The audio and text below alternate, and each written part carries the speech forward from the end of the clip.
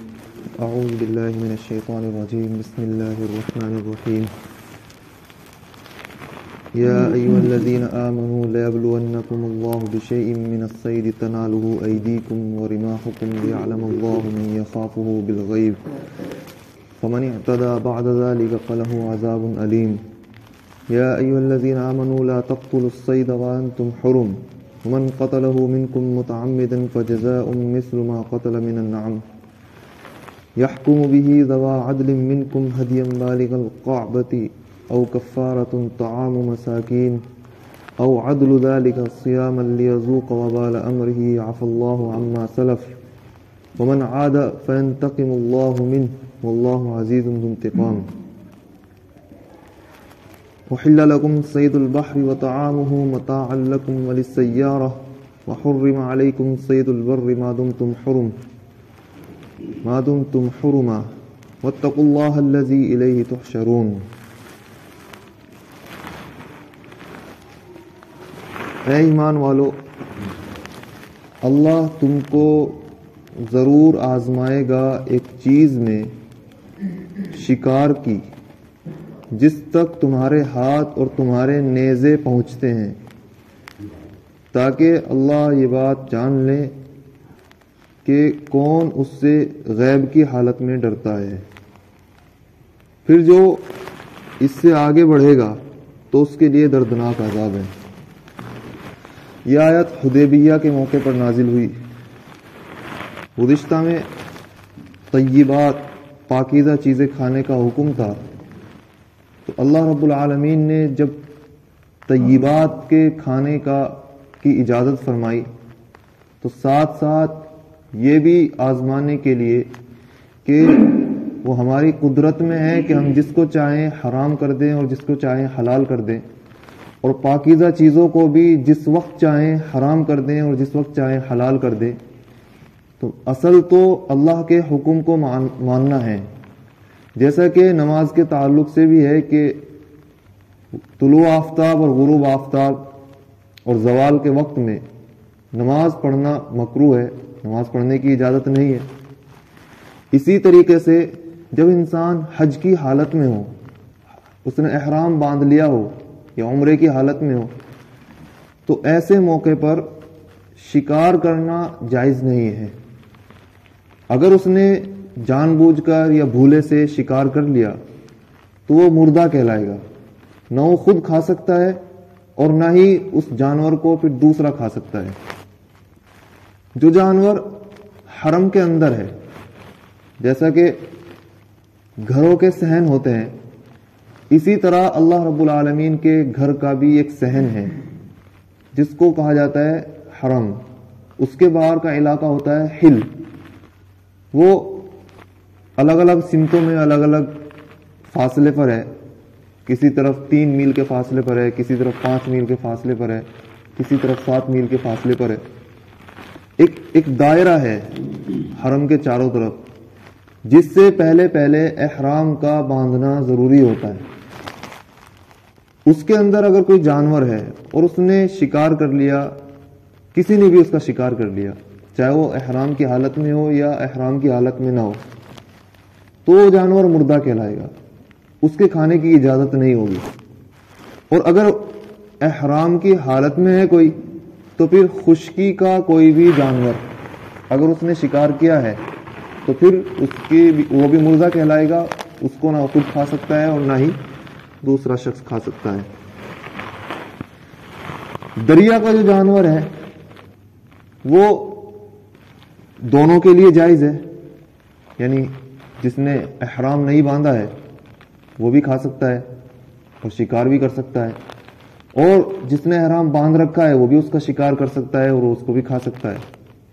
دریا کے جانور سے مراد، سمندر کے جانور سے مراد یہاں تالاب وغیرہ کے جانور جیسا مچھی یا دوسری کوئی اور چیز شکار تو کر سکتے ہیں لیکن کھا صرف مچھی سکتے ہیں. مچھی باقی دوسرے جانور اور دوسرے استعمال نہ سکتے ہیں، کسی کا چمڑا، کسی کے دانت، کسی کے پنکھ، کسی کی کھال وغیرہ. تو احرام کی حالت میں شکار کرنے پر اللہ نے پابندی لگائی. یا حرم کے اندر شکار کرنے پر اللہ نے پابندی لگائی.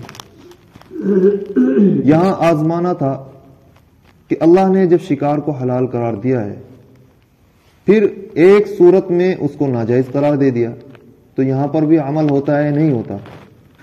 اور آیت چونکہ حدیبیہ کے موقع پر نازل ہوئی تھی، اس وقت صحابہ اکرام مدینے سے احرام باندھ کر مکہ کا رخ کر رہے تھے اور بیچ میں شکار کا بے شمار ہجوم تھا، اور اس وقت آس پاس حرم میں بھی بہت شکار ملتے تھے. تو صحابہ اکرام میں سے اس آیت میں کہ کسی نے بھی پھر شکار کی جانب آنکھ اٹھا کر نہیں دیکھا، کسی نے بھی، جس کو معلوم ہو گیا آیت کے تعلق سے کہ اب شکار کرنا احرام کی حالت میں یا حرم کے اندر جائز نہیں ہے، تو پھر کسی نے شکار نہیں کیا. جبکہ ایک حکم دیا گیا تھا اس سے پہلے بنی اسرائیل کو کہ ہفتے کے روز آپ کو شکار نہیں کرنا ہے، اور ہفتے کے روز ہی سمندر میں ایک جوالا مکھی آتی تھی جو ساری مچھلیوں کو کھینچ کر کنارے لے آتی. اسی دن منع کر دیا گیا. انہوں نے کیا کیا؟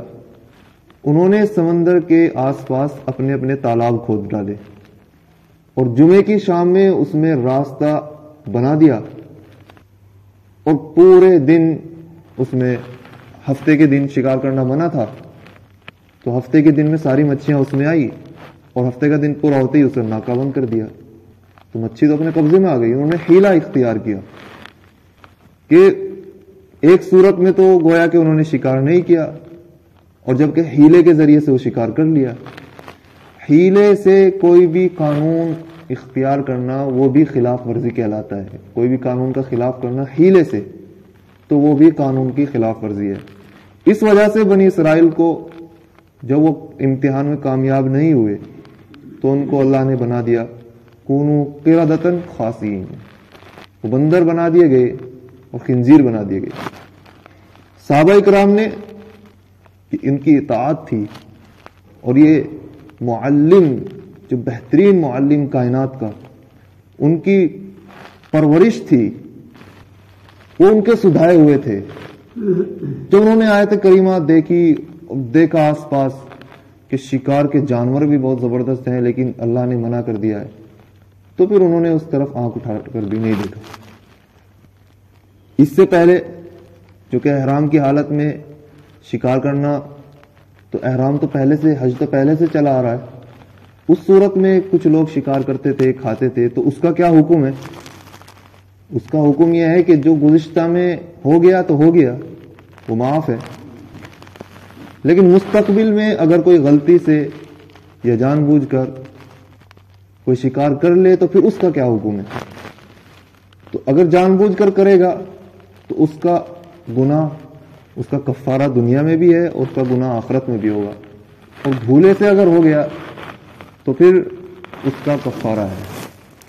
کفارہ یہ ہے کہ انسان نے، اس محرم آدمی نے جس نے احرام باندھ رکھا ہے، جس طرح کا جانور مارا ہے اس کی قیمت لگائی جائے گی. قیمت 2 آدمی لگائیں گے جو قابل اعتبار ہوں گے. اس قیمت کے بدلے پھر اس کو 3 اختیار ہوں گے کہ اس قیمت کا جتنا کوئی بھی جانور آتا ہو، مثلا بکری آتی ہو یا گائے آتی ہو یا اونٹ آتا ہو، بکری کا بچہ آتا ہو، تو اس کو خرید کر ذبح کر کے کھلائے گا مسکینوں کو. یا پھر اس کے بدلے میں کوئی ناج وغیرہ خرید کر ایک سا، جتنا کہ صدقۃ الفطر ہوتا ہے، فطرہ جس کو کہتے ہیں، ایک سا ہر مسکین کو وہ ناج دے گا. یا اگر وہ اس صورت میں بھی نہیں ہے، اس کے پاس پیسہ نہیں ہے، تو پھر اس کی قیمت لگائے گا اور قیمت میں ناج کا اندازہ کرے گا کہ اس قیمت کا کتنا اناج آ سکتا ہے اور اس اناج میں کتنے صاع بن رہے ہیں. جتنے صاع بن رہے ہوں گے وہ اتنے دن کے روزے رکھے گا. یہ اس کا مستقبل کا کفارہ ہوگا. یہ مسائل ان آیت میں اللہ نے بیان کیے ہیں. اے ایمان والو، اللہ تم کو آزمائے گا شکار میں سے ایک چیز میں جس کو تمہارے ہاتھ پہنچ جاتے ہیں اور تمہارے نیزے جس تک پہنچ جاتے ہیں، تاکہ اللہ جان لے کہ کون اس کو ڈرتا ہے، اس سے ڈرتا ہے غیب کی حالت میں، پھر جو بھی حد سے آگے بڑھے گا تو اس کے لیے دردناک عذاب ہوگا۔ اے ایمان والو، تم قتل نہ کرو کسی بھی شکار کو اس حال میں کہ تم احرام کی حالت میں ہو۔ جس نے بھی اس کا قتل کیا تم میں سے جان بوجھ کر، تو اس کا بدلہ وہی اس کے مثل ہے جو اس نے چوپاؤں میں سے قتل کیا ہے۔ اس کے مثل، جس کا اس نے شکار کیا ہے، اس کا اندازہ لگایا جائے گا۔ یحکم بها ذوا عدل منکم، جس کا فیصلہ کریں گے تم میں سے تو عادل آدمی۔ ہدیم بالغ الکعبۃ، وہ پہنچایا جائے گا کعبہ کی جانب۔ یا کفارہ ہے مسکین کو کھانا کھلانا، یا اتنا ہی دن کے روزے رکھنا۔ یہ اس لیے ہے تاکہ وہ اپنے کیے کا وبال چکھے۔ عفا اللہ عما سلف، اللہ نے گزشتہ کے تو معاف کر دیے، حکم آنے سے پہلے وہ تو معاف ہے۔ ومن عاد فینتقم اللہ منہ، اور جو بھی اب آگے اس گناہ کو کرے گا تو پھر اللہ اس سے انتقام لیں گے۔ متعمدن، اور عمد جان بوجھ کر اور بے جانے میں، دونوں میں کفارے کا حکم ہے، لیکن جان بوجھ کر اللہ تبارک و تعالیٰ کی جانب سے آخرت میں انتقام بھی ہوگا۔ واللہ عزیز ذو انتقام، اور اللہ رب العالمین بہت زبردست ہیں اور انتقام لینے والے ہیں۔ احل لکم صید البحر، تمہارے لیے سمندر کا شکار حلال کیا گیا ہے۔ سمندر تو بہت دور ہے مکہ سے، وہاں تک کون پہنچے گا احرام باندھ کر؟ وہیں سے کوئی آ رہا ہے تو الگ بات ہے۔ یہاں سمندر سے مراد پانی کا جانور ہے، مچھلی وغیرہ، دریائے گھوڑا ہے۔ اور پانی کا جانور وہ ہے جو پانی میں ہی پیدا ہوتا ہو اور پانی میں ہی رہتا ہو، وہ نہیں جو کہ باہر پیدا ہوتا ہے اور پھر پانی میں رہنے لگے، جیسا کہ سانپ وغیرہ ہوتے ہیں، وہ خشکی کے جانور ہیں، سمندر کے جانور نہیں ہیں۔ تو تمہارے لیے حلال ہے سمندر کا شکار کرنا اور اس کا کھانا، وہ تمہارے کھانے کے لیے ہے اور تمہارے قافلوں والوں کے لیے ہے۔ وحرم علیکم صید البر ما دمتم حرم، اور خشکی کا شکار تم پر حرام ہے اس حال میں کہ تم احرام کی حالت میں ہو۔ واتقوا اللہ الذی الیہ تحشرون، تو ڈرو اللہ سے جس کی جانب تمہیں لوٹ کر جانا ہے۔ یہ حرام کے تعلق سے مسائل تھے۔ اللہ ہم سب کو عمرے کی اور حج کی سعادت نصیب فرمائے۔ قسم کا کفارہ، قسم کا کفارہ، اگر کسی شخص نے مستقبل کے لیے کوئی قسم کھائی، جس نے بہت ساری، ایک مسئلہ یہ آتا ہے اس میں قسم میں کہ ایک شخص ہے جو جس کو مسئلہ معلوم ہوا کہ قسم کا کفارہ ہے، اس نے قسمیں کھا رکھی ہیں بہت گزشتہ میں، بات بات میں، لیکن اب وہ نادم ہے، وہ توبہ کرنا چاہتا ہے، تو اب یہاں مسئلہ یہ ہے کہ اس کے بہت سے کفارے ہوں گے یا ایک کفارہ ہوگا۔ علماء کے اس میں دو قول ہیں، ایک تو یہ ہے، اور دونوں برحق ہیں، ان میں تو جو چاہے آدمی اختیار کر سکتا ہے۔ ایک تو احتیاط کا ہے کہ جتنی قسمیں اس نے کھا رکھی ہیں، احتیاط اس میں ہے کہ وہ تمام قسموں کا اندازہ لگائے کہ اس کی عمر کتنی ہے اور کتنی اس نے بات چیت کی ہوگی اور کتنی کی قسمیں خالی ہوں گی، ان سب کا کفارہ وہ ادا کرے۔ لیکن اس میں توسع نہیں ہے، یعنی یہ ایک تنگی پیدا کرتا ہے یہ قول۔ اس وجہ سے دوسرے علماء نے یہ قول اختیار کیا ہے کہ تمام قسموں کا ایک کفارہ ادا کر دے، یعنی ایک کفارہ جب وہ ادا کر دے گا تو گزشتہ میں کھائی گئی ساری قسمیں اس سے اس کا کفارہ ادا ہو جائے گا، اور باقی استغفار وغیرہ